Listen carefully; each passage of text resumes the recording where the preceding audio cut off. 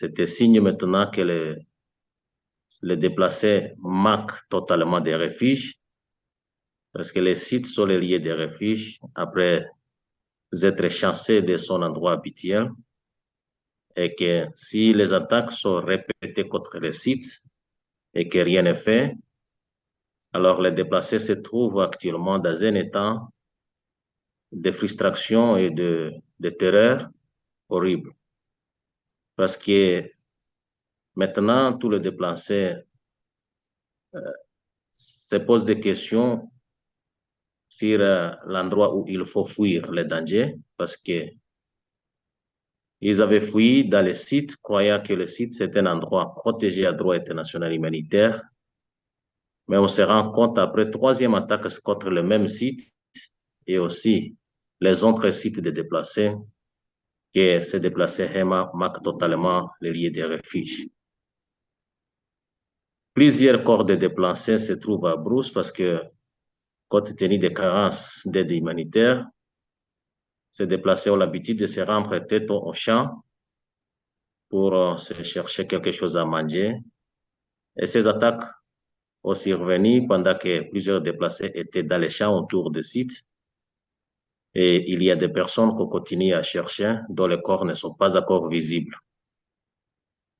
Alors, il y a lieu ici de rappeler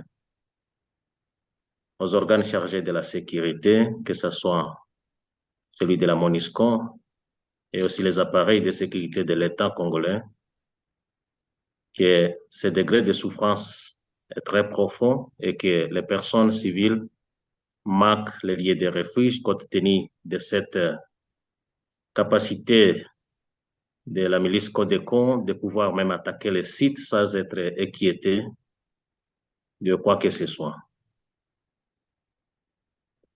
Maître Mathieu, toujours pas de secours côté sécurité.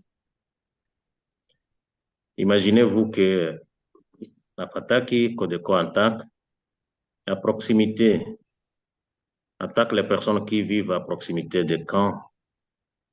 Et on a attendu dans la nuit, parce que c'était la nuit, on a attendu beaucoup de tirs. On a dit croire qu'il s'agissait d'intervention pour sauver les vies des civils, mais les matins, malheureusement, on se retrouve avec un bilan de 10 personnes massacrées.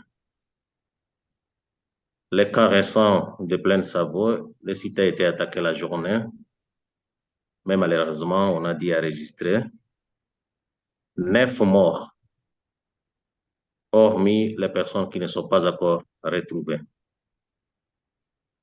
Il faut que l'appareil de sécurité de l'État essaye d'examiner comment ce système fonctionne, parce que chaque fois, depuis que les attaques contre les civils ont commencé, on ne fait que déplorer les morts.